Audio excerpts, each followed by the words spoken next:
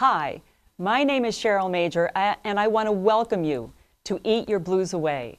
This is the first in a series of programs that's designed to share with you and to help you understand how much power and control you have over your health, both mental and physical, by choosing good food to eat. I myself cured my own depression, years and years of depression, decades of depression, in fact, I struggled with. I cured that just by changing how I eat. And along the way, I lost 20 pounds without trying to diet. And although I'm not a doctor, so I can't tell you that I'll cure you, but I can tell you I cured myself, and I can share with you how I did that. Now, how did I come to talk to you today, to sit here? I am a certified nutrition and wellness consultant. I also have a degree in education from Boston University, so I've been a teacher. And I've also been a residential realtor, full-time residential realtor for 30 years. Now, everything I've done from the past few decades has come from the point and the position of teaching. I understand that it helps people make good decisions, good choices, so I want to help you by teaching you some of the things that I've learned along the way. I want to share my experience with you so that you can make good decisions for yourself and your family too. By the way, I maintain an active blog at thinstronghealthy.com, and you're welcome to go there. I've got great resources. I keep up-to-the-minute information there. I have recipes that I share, recipes that I've developed during my own healthy eating journey. So you're welcome to check that out. Now, if you're saying, I can't cook, I don't want to cook, believe me, I was the queen of I can't cook. In fact, there's a joke in my house that I used to burn the beans. Story from another time, but bottom line, if I can do it, you can do it. I changed my life by changing how I eat. You can do that too. Today, I want you to really understand how amazingly powerful you are. You have more control over your health than you think you do. You have the ability to change how you feel, how much you weigh, how much energy you have. In fact, eating well is a subversive activity in our world today. And taking back your health is the best revenge against those who have hijacked our health with the highly processed junk food that is such a big part of our American diet today. I want you to understand that it's not your fault. It's not your fault, let me repeat that, if you crave foods that you know you shouldn't have. Processed food has been designed to be addictive. It's been designed so that you crave it and you can't get enough. It's not your fault if you can't lose weight. It's not your fault if you're struggling with health issues like depression, like I was, like high blood sugar, if you're borderline diabetic. Knowledge is power. And once you understand how food can help you change yourself physically and mentally, you're going to realize you have the power to change your life and to do amazing things for yourself and your family. Your food choices affect you long term for good or for bad. Now, although what has been done and how it affects you is not your fault, when you have this information, it becomes your responsibility to take this information and to make good choices for yourself and for your family. Again, a little bit more about how I came here to talk to you today. When I was 28, I was diagnosed with hypoglycemia, extreme hypoglycemia, and that's low blood sugar. It was thought to be it was kind of the malady of the time, but it turned out I was a real one, and my blood sugar would go very, very low, and that meant that my pancreas was working too hard to secrete insulin. I would get really shaky, and I'd have to go for something to eat to raise my blood sugar because I felt like I was going to pass out. Well, I would go for a muffin, I would go for fruit juice. Wrong choices, because those would spike my blood sugar up and then drop me down. But the bottom line is I was hypoglycemic, and they also told me that if I weren't careful, my pancreas could get tired of producing so much insulin and could stop working, so I was at risk of becoming a diabetic. What else brings me here today to talk to you? I struggled with depression. Boy, did I struggle with depression. I remember becoming depressed when I was 12 years old. I started crying. They couldn't figure out what was wrong with me. I was on and off antidepressants many times. And I don't know if you're aware, but in this country, women over the age of 40, over 20% of us are on some sort of antidepressant to control depression and or anxiety.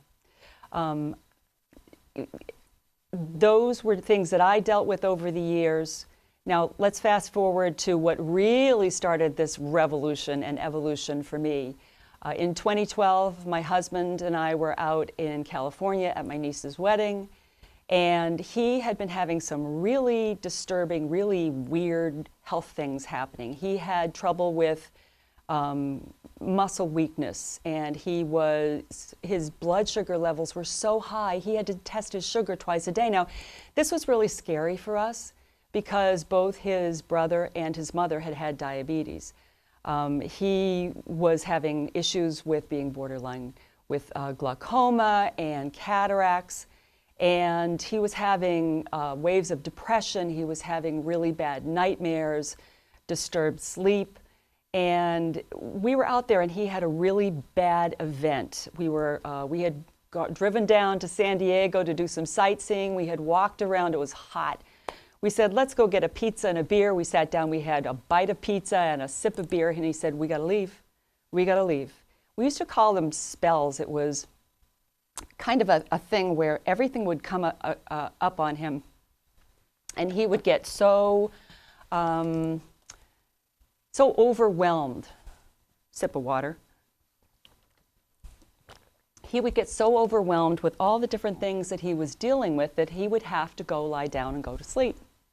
So he said, we got to leave. So we left and drove back to the hotel, and he slept for about a day and a half. So this was a real wake-up call. I don't know if I mentioned the neuropathy. He was having that as well. Neuropathy is pain in your muscle tissue. It's not pain that you can touch. You can't touch your skin. It's not in your stomach. It's in your muscle tissue. And that is very disturbing. So we started looking at what could this possibly be. We thought we were eating healthy at the time, and we looked at what was he taking for medication. The only thing he was on was Lipitor, which is a statin, which they prescribe to help you control your cholesterol. Now, in his family, along with diabetes, was also a history of heart disease. So they were trying to get ahead of the curve with him, and they had him on 80 milligrams of Lipitor a day for 7 years. When we went home, we got on the net and we looked at the mice type. If you look at your prescription drugs, you can read it causes this, that, and the other thing. What you really want to go for is the little teeny type, the rare things that happen. Those are the things that you want to make sure you're not being subjected to. And when we looked at that, it was check, check, check, check, check. He had all of them. All of what was going on with him appeared to be negative effects, negative symptoms from taking Lipitor and from taking so much of it and for so long. So we decided, okay, we got to get you off the Lipitor.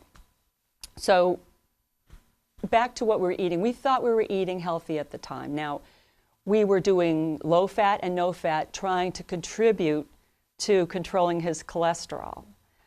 We drank that Kool-Aid back in the no fat, low fat days. But as an aside, you have to understand that when the processed food industry takes fat out of your food, there's a lot of flavor in the fat in that food. So you end up with low fat, no fat food that doesn't taste very good. So what did they put in to try to replace the flavor that left with the fat when you took the fat out? They put in sugar, they put in salt. So less fat, but you've got more sugar, you've got more salt.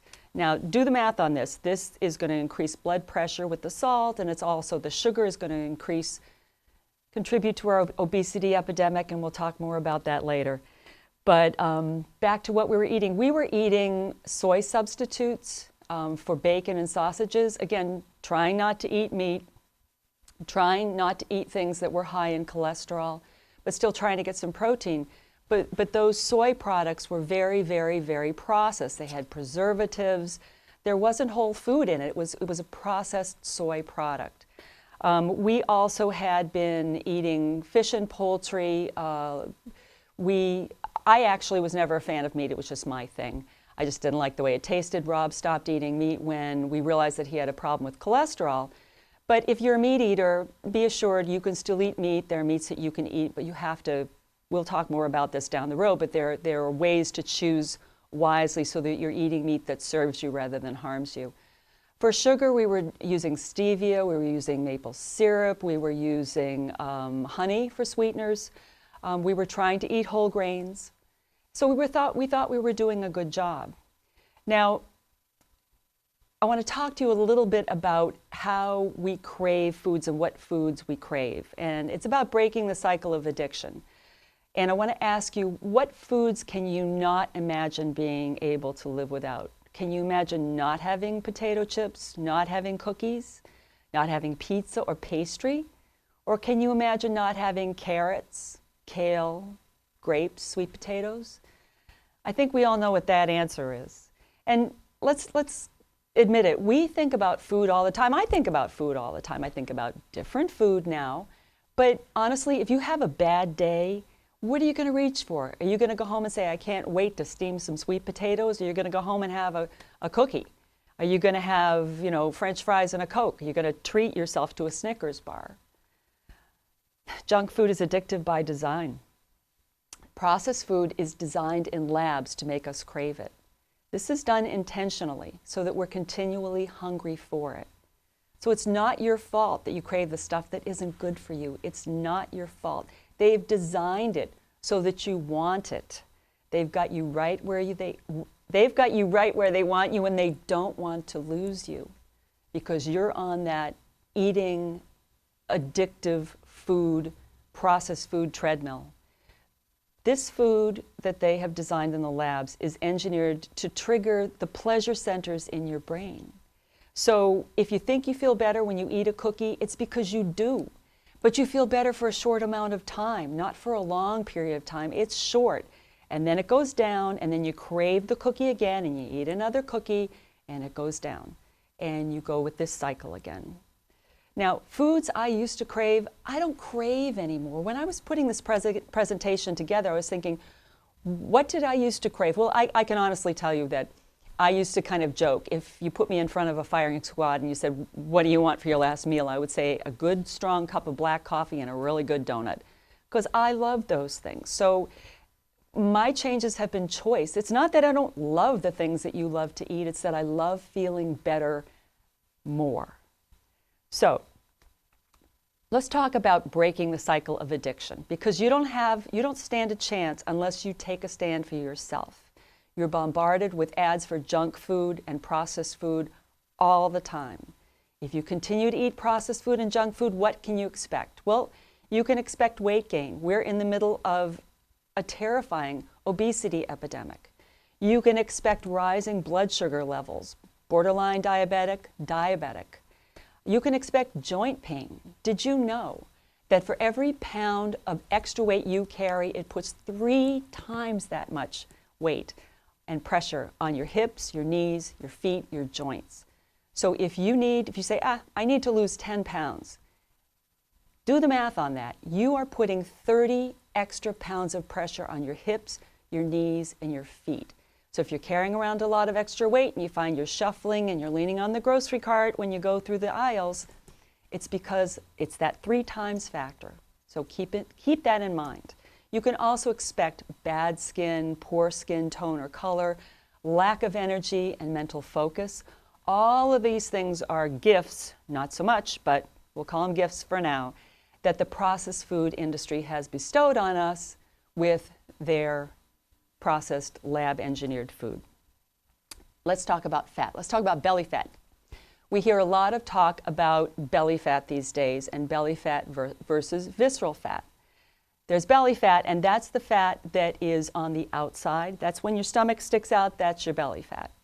Visceral fat is the fat that's on the inside.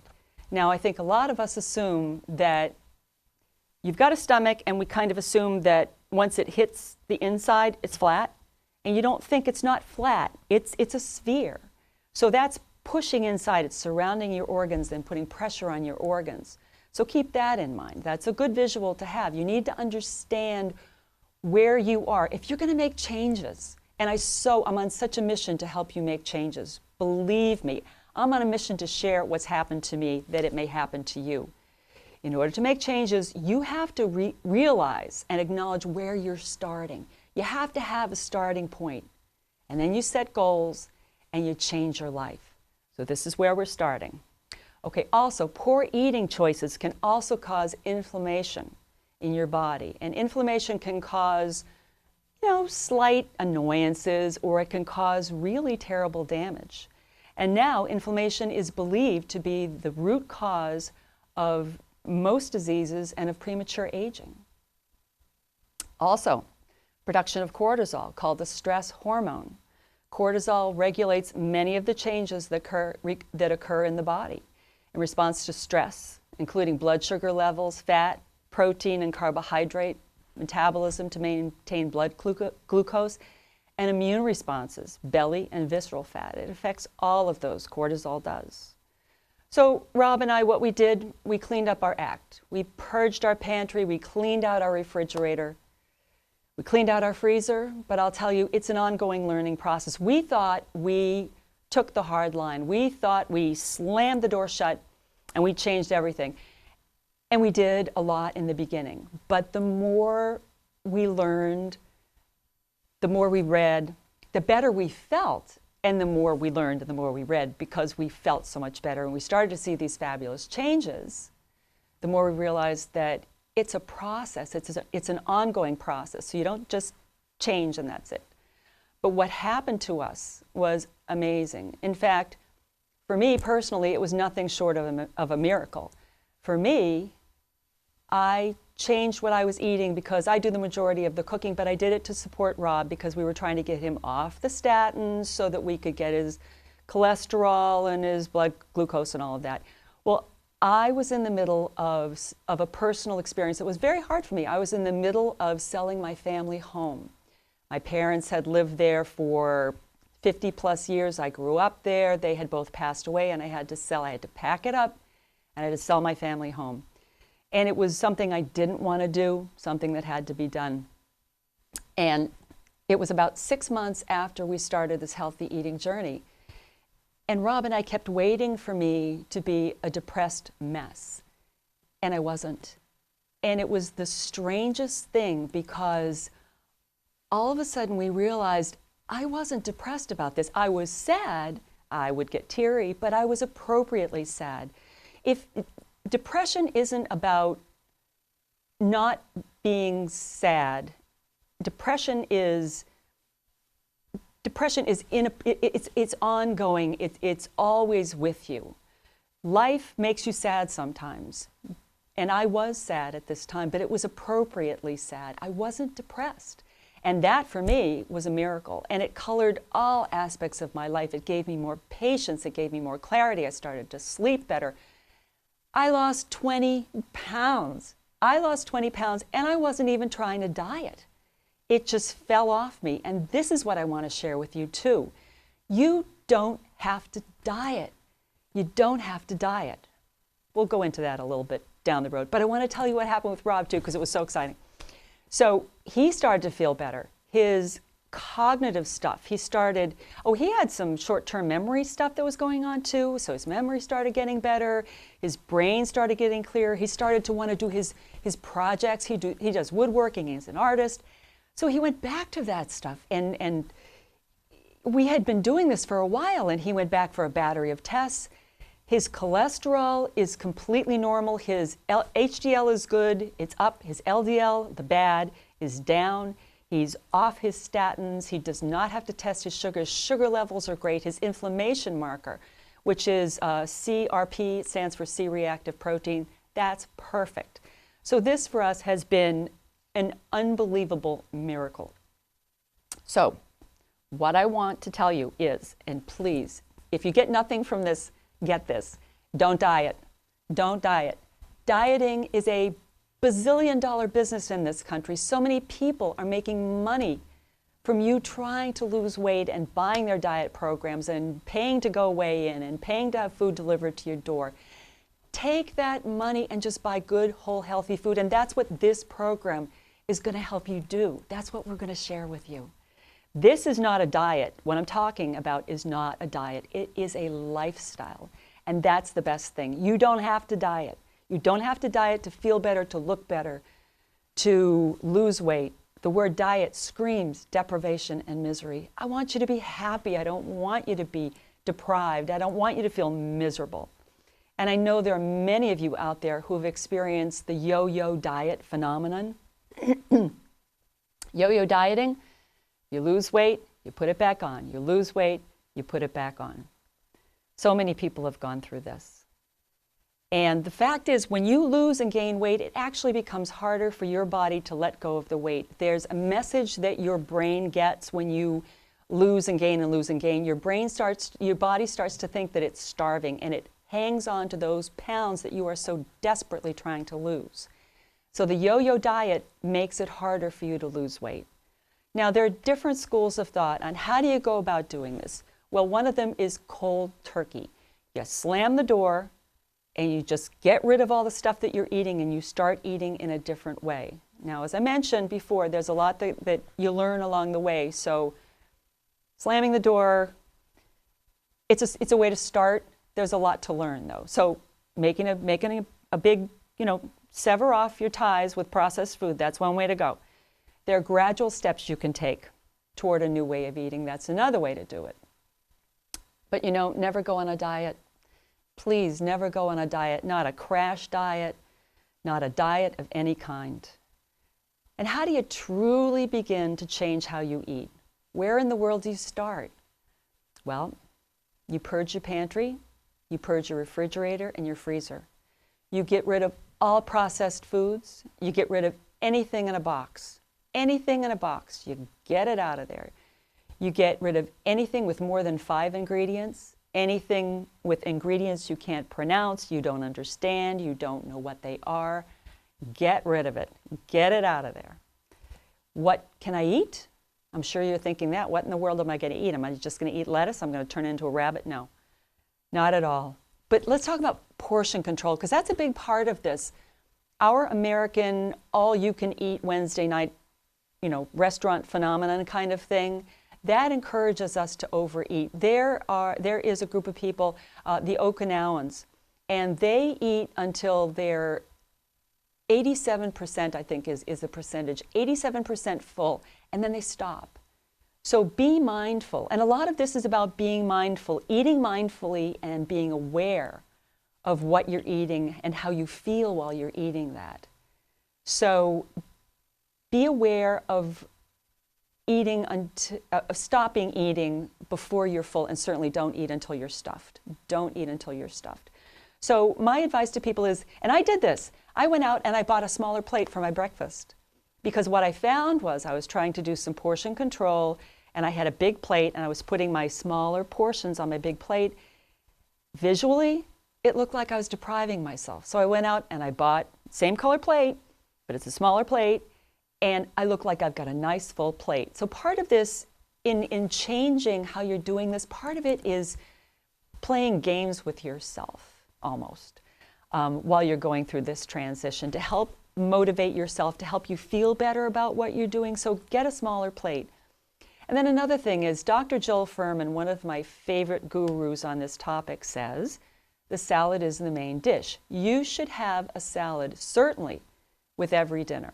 Certainly with every dinner. And you can have a wonderful salad. It doesn't mean you have to just eat greens. You can have greens and cucumbers and different kinds of greens too.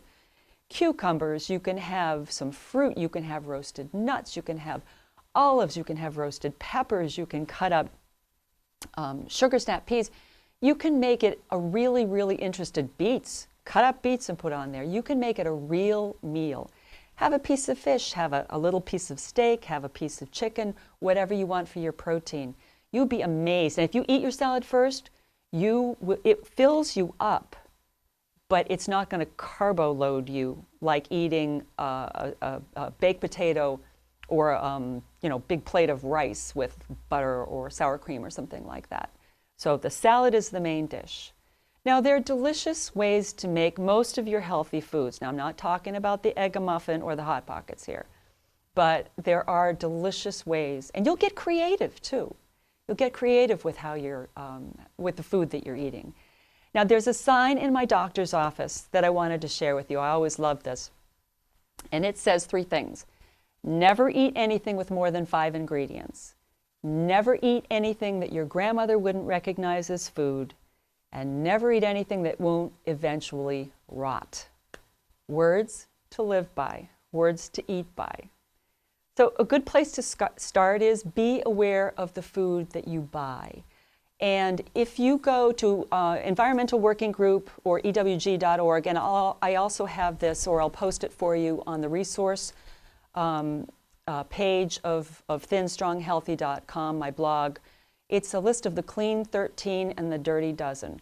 When we started on this adventure, Rob and I were in a grocery store in Nashua, and we were trying to figure out what should we'd be buying, and this nice lady said, she heard us trying to struggle with what should we be choosing, and she said, well, do you know about the Clean 15 and the Dirty Dozen? We said, no. And so she pulled it out of her pocketbook. I whipped out my phone, took a picture, and we've had it with us ever since. And it's a list of the Clean 15. Those are the 15 cleanest vegetables that you don't have to worry so much about buying organic. You know, you can buy conventional. Because part of this whole thing is people worry about how much this is going to cost, because organic is more expensive, but there are ways to manage it. Trust me, because I do it. And then the Dirty Dozen, that gives you things like apples and strawberries, which are heavily sprayed with pesticides. You want to buy organic on those. So I'll make sure that that's in my resource section for you.